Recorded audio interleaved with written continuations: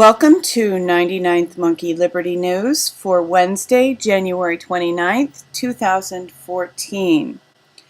It is the morning after the State of the Union address, and I'm going to keep it fairly light and brief today because I think that everybody's probably suffering from a news hangover. I know I kind of am. Now, I have this video first. If we weren't living in the Matrix, the State of the Union address would have sounded somewhat more like this. And this is Howard Beale on Network, and the title of the video is, I Don't Have to Tell You Things Are Bad. Everybody knows things are bad. But of course, we are living in the Matrix. And so the speech last night was as it was, a complete sham. Yesterday, John Rappaport wrote a great blog, Obama and the State of the Onion Address. And again, this is an example of what the speech would have been like had the truth been told. And I actually looked for the first video I looked for this morning was the video from the Blues Brothers when Jake and Elwood go back to the orphanage and they are told by their old mentor, "Boys, things are bad." That would have been a fitting State of the Union address, but it is what it is.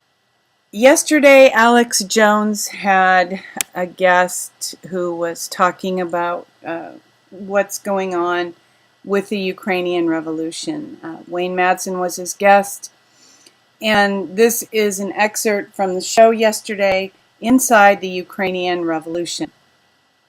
And it seems to be becoming more evident that what is really happening is pressure is being applied in order to force Ukraine under the auspices of the European Union and away from Russia. And of course, anything that the cabal can do to humiliate and isolate Russia, they are doing because they are very threatened by Vladimir Putin because he is a Christian and he is not one of their monkey boys. From The Guardian, Vladimir Putin tells Brussels to stay out of Ukraine's political crisis. And for a little more information on what is going on there, from LaRouche PAC, Ukraine Prime Minister resigns, protesters demand Yanukovych resignation and refuse to end occupations.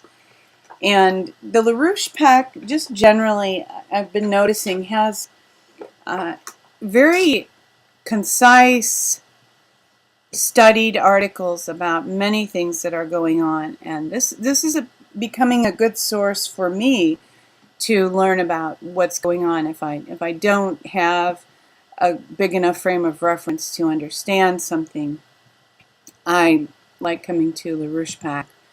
And of course, I always enjoy reading Fritz Springmeier's posts. And for Mercy Triumphs, here's an article from Fritz about the EU. And the title is Learning the Ropes, Using a Ship Analogy to Understand the Illuminati and Their New Superpower, Europe. And just because what's going on in Ukraine has a lot to do with the EU, I'm including this just as a little bit more background information for those who are interested. And I noticed this blog from John Rappaport as well. The Man Who Sold Space. And this is a short story. It's really excellent on many levels. I believe it kind of shows how the devil, many people believe that Lucifer invented commerce. And this is kind of a story of how easily people can be fooled into buying something at a very high premium that they actually already own. And as I said, I wanted to keep today kind of light. This is kind of light, but it's also very deep, and it's entertaining and filled with meaning. And Alex Jones also had a guest on yesterday who was talking about Fukushima radiation. The most jarring thing that he said was actually that an EMP would pretty much be a destruction of the earth and guaranteed end of the race. Just because all the copper wires would burn and cause just incredible amounts of smoke, which would cause what we have come to think of as a nuclear winter. No sun enough sun would not be able to get through the clouds, through the smoke, and also within, I think it was 6 weeks, virtually all of the nuclear power generators would blow up because with the failure of the grid. So I used to kind of think an EMP might be a fun, happy event, and it would simply set us immediately free from electronics and being slaves to electronics. But unfortunately, it would not be that kind of a happy event. So I guess it's not good to pray for an EMP. I'm telling myself that. So not that I actually did, but I kind of joked about it. So only God can spare us from something catastrophic happening pertaining to the sun. So we can certainly cry out to Him for mercy and grace. And just pertaining to, of course, this article is about the radioactivity given off from Fukushima. And there are things that we can do to protect against radioactivity. Of course, there is iodine, and Natural News has this article, Black Plum Leaf Extract Protects Against Fatal Effects of Radiation. So here's another substance to look into along with iodine. And as far as just a general detox and also some iodine protection for your thyroid, Himalayan salt can help mineralize and detoxify the body.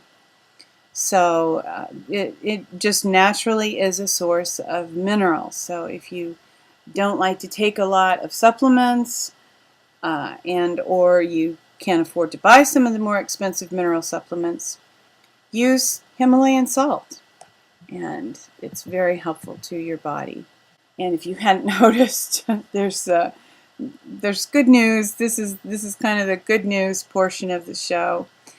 Another article from Natural News: Wi-Fi banned from preschool childcare facilities in a bold move by French government. So the French are protecting their children from Wi-Fi. Hopefully we all will be able to take a cue from that and do the same. And for what was my favorite good news of the day that I found, GM crop ban extended indefinitely in Tasmania. And Tasmania is not completely isolated, but it's kind of off by itself. So the fact that they have banned GM crops is really pretty great, along with a certain degree of isolation. Pretty good protection for them against genetically modified plants. So congratulations and kudos to Tasmania. Hopefully many other nations and even U.S. states will follow. With that, thank you for tuning in for today's 99th Monkey Liberty News. Weeping may endure for a night, but joy comes in the morning. Hoping that you will love one another, take care, and insist on liberty.